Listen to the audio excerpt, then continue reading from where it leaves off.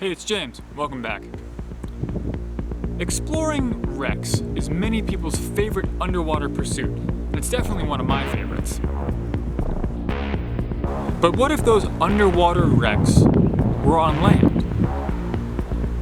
I got the chance to explore something just like this in my hometown not long ago.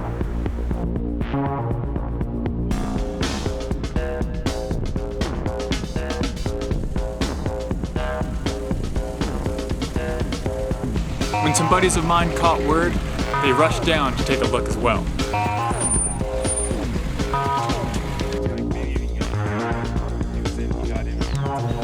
Alright, we're out here in front of the old K2 factory on Vashon Island. Right behind that wall right there is about a 300,000 gallon tank full of fresh water. It's used for the fire control in the whole building, but we want to see what's inside that thing. Let's go take a look.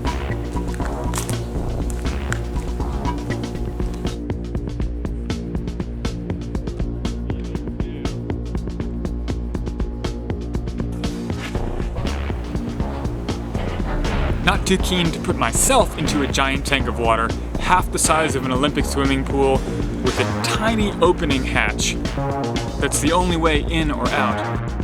I elected instead to deploy the ROV.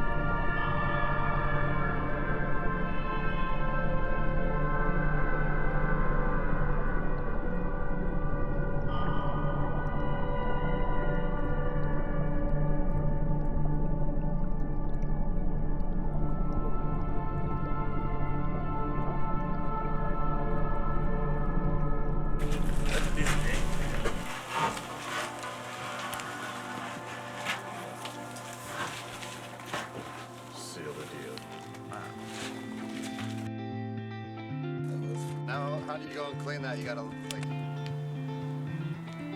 So we deployed the ROV in the freshwater tank. This is really interesting, a very unusual deployment for me and probably for the ROV as well. I don't know if she's ever been in as industrial a scenario as this. Not particularly surprising, there wasn't a whole lot growing or living down there at all. Going Found some fillers in there, some sediment. Been in there for probably 20 years. It's got a little bit of sediment in the buildup, some old rusted tubes going up, and a whole bunch of concrete pillars. We kept thinking we might find like a mysterious alligator or something down there, but nope, just a little bit of corrosion and a very, very dark freshwater tank. I wanted to thank all the fellows that came down to help and watch the ROV go in and contribute their commentary as well. Special thanks to Jake and Brad who own the building. The music for this episode was produced by Dominic Walshko. I'm James Hyde. Thanks so much for watching. Have a great rest of your day.